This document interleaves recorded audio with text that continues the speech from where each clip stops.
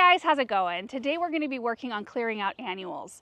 So night before last we had our first hard frost. It got down to 28 degrees and we had been walking around the night before, and I'm so glad we did. We just were walking around slowly, looking at everything, just marveling really at how good everything still looked. And we knew that it was supposed to be a really cold night, and sure enough, the next morning, especially the really cold sensitive things, are toast. Like the coleus here. Oh my goodness, not looking too lively anymore. And this is where we're going to start, right here in the brick patio. You know, we've got a planter underneath all that stuff.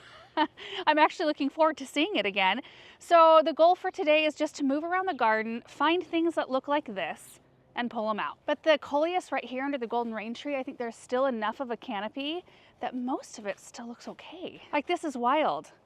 That coleus, which is just barely out from underneath the canopy, just got taken, while this, look at this, looks pretty darn good. I mean, there's a couple that I don't even think that these got taken by frost. Well, maybe a little bit. I think they're just kind of dry. We haven't had our drip system on for the last week or two, so nothing has been getting any water. Geraniums still look awesome though. So I'm not going to worry about areas like that where things are still okay looking. We're just going to go around, I know of several spots like the Surefire white begonias up in Persephone Garden, the sweet potato vine at the end of the west side, all look really crispy and bad. So we don't need much in the way of tools for this job. I've got my gloves because it is pretty chilly out this morning, a little shrub rake, our leaf blower, and a puppet bag. I don't anticipate needing anything else. I mean, I don't think I'm going to need any kind of shovel, or hopefully not. Hopefully everything will pull right out, or any kind of Felco or anything like that. I think we're just going to get started in. This is the before shot, and then we'll stop and take a look before we move on to the next area.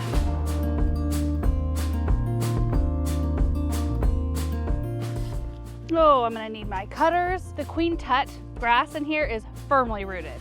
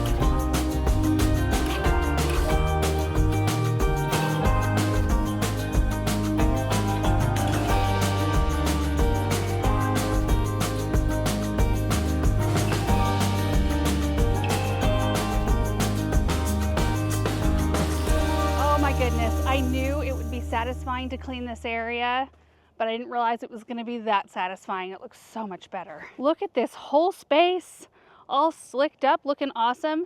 Now, we didn't go after every single leaf because, you know, I mean, still a lot that needs to come down. But oh, having this space cleared out is so much better. This whole planter thing was sort of a last minute idea, and I loved it. Right after it was planted up, and about like 1 month after, it had just started to fill in and it looked really pretty, but you could still see the container. And then the plants exploded and you couldn't see the container for most of the season, which the plants were super impressive. I didn't love the look of them being super big and overtaking the container.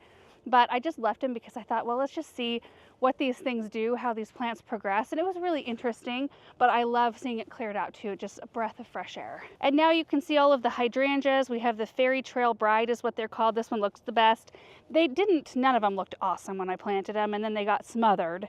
So hopefully the other 3 kind of rebound. And then we've got 4 Winter Gem boxwoods, which I want them to grow up and really be a nice tight sphere shape.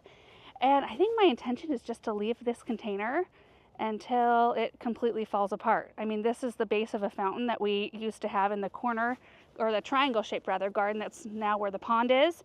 And it had cracked, so we couldn't use it anymore without doing some major repairs, but using it as a planter has worked out great. And I went ahead and blew all the leaves off the sidewalk and just kind of out of the corner areas for the most part, just to kind of tidy it up.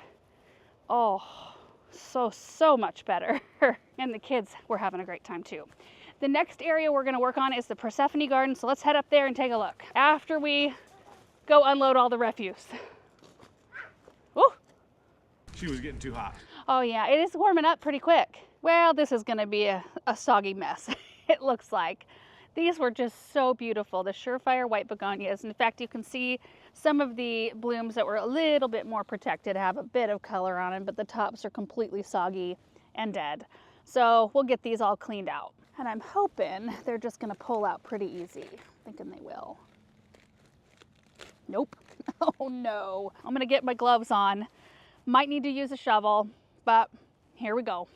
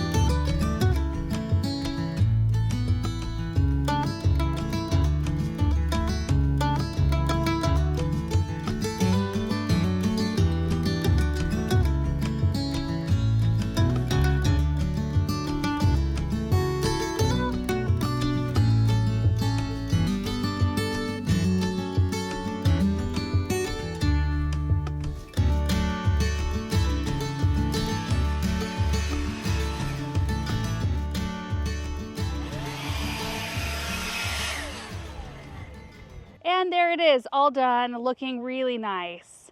And just in time for my blower battery to die as well. I was struggling right there at the end because it would go for like 5 seconds and then it would shut off. It would go for 5 seconds and shut off. So I need to go replace the battery before we move on to our next area. And I did rake out the bigger leaves, but if you look at the locust trees, we're still chock full of leaves. So we'll give them a little time to defoliate, and then we'll clean up and put some more compost over the top of this soil. And I probably should have mentioned at the beginning of these projects that you can absolutely leave all of this stuff in the ground until spring and do all of your clean out in the spring. Some people like to do it that way. I've kind of changed over the years. I used to do 100% of our cleanup in the fall because working down at the garden center, we were just wild busy and I didn't have time to do that. Now I kind of do some in the fall, some in the spring, just kind of depends on how it fits into the schedule. And that's what I think it comes down to, or what it should come down to, is when it fits into your schedule the best and what your personal preference is. I like to look at areas like this looking cleaned up over the winter because I don't want to look at what is going to be work for myself in the spring and even soggier and more messy work at that. And there's always the debate about, leaving your stuff down for habitat and protecting the soil and all that. And I do think that that's very beneficial, but I also think that it provides habitat for bad bugs too, because we've experienced that. So I think just having a balance and not worrying too much about it. I do, however, in areas like this, once all the leaves have fallen and we've done our cleanup, we like to come in with a layer of compost, which will help provide the insulation, also helps provide the nutrients. So you're adding into the soil what you essentially would be if you left your leaves down. Anyway, that's my 2 cents. Basically, I want my garden to always be as pleasant as possible. So if we can adopt the practices that make it that way for us, that's what I think we should be doing. Oh, thread the needle. Oh, it looks so nice. I love that. This is actually the next spot we're gonna work in because it's so close. Let's just first talk about how beautiful this alyssum is. This is the Violet Night Lobularia, or Sweet Alyssum. It is just a phenomenal annual.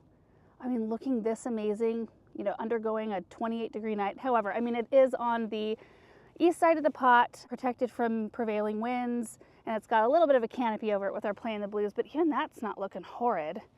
We've got some cobalt, or this is a violet eye superbena, and there it is in the other pot. And so I don't think I'm going to clean these pots out quite yet, but I'm going to pull the stuff that's in the ground. We've got some lantana that was in here. It looks bad. Not a lot of color from anything left in the ground. There's some superbena, cobalt, the James Britannia Safari Dusk. I had like a random pink or slash red. It used to look more red. Petunia come up, a variety unknown. I'll leave the purple fountain grass for now, but I do want to take after the Maximilian sunflower here, because it's just an absolute wild mess. And I've got a Jubilee Weeping Alaskan Cedar back in there. It's totally fine. It's not being engulfed really. Once you get back there, there's air all the way around it, but you can't see it from the front. And these are just wild. So that will be a job right there. But I'd also like to take after all of this stuff. And I just don't think I can do it to these pots yet. There's still a little bit of color. All right, let's do it.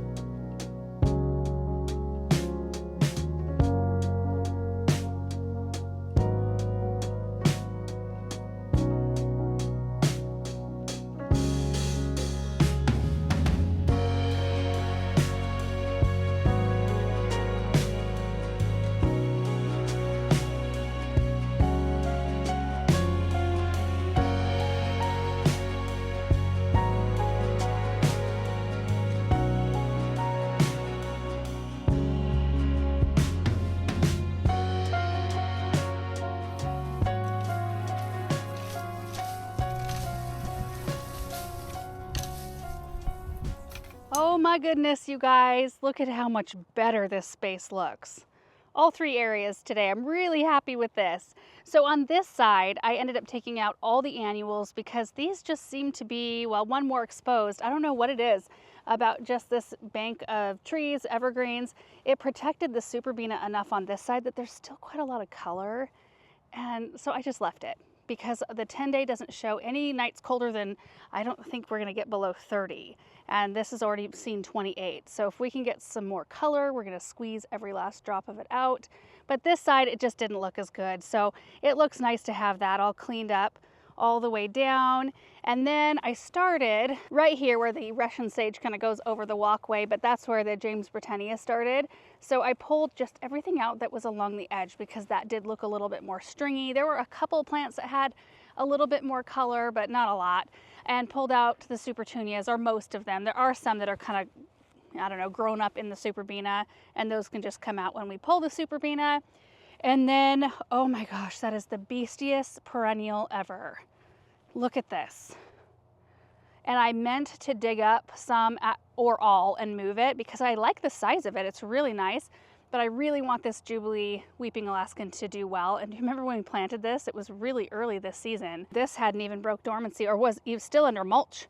And I knew it was there, and I had kind of made a note to do that, a mental note. Mental notes rarely work for me. I've got to set an alarm, like multiple alarms, make a written list so that I can remember, because clearly it got forgotten. And thankfully the evergreen looks perfect. I did go back in there periodically just to check that it was okay, and I was never super alarmed about how this one was growing because it just kind of flopped to either side, and that still got plenty of sun and air. It just didn't look like it from the front.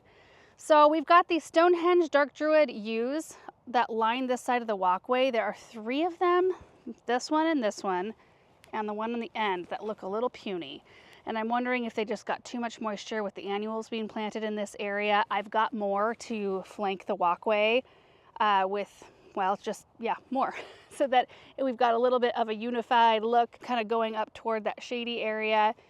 So we'll have to see how these do. We may have to switch out and not do annuals in this space next year. I actually hadn't planned on doing annuals here. It just kind of worked out that way, and we really enjoyed it. I thought it was a really pretty mix of color, but that just looks so much better, so much more tidy. I'm loving it. And you guys, that's where I'm gonna have to end our projects today. 3 areas cleaned out. I feel like that was really good. We have a pumpkin carving party at my brother and sister-in-law's house tonight. So we've got to go get, I've got to go get cleaned up. I need to go take a shower because, oh my goodness, I feel like when I have to get up in plants like that big Maximilian sunflower, I feel like it's just all over me, and it is like all over me. So anyway, it should be a fun and festive evening. I hope you guys are all having a great day. Thank you so much for watching, and we will see you in the next video. Bye.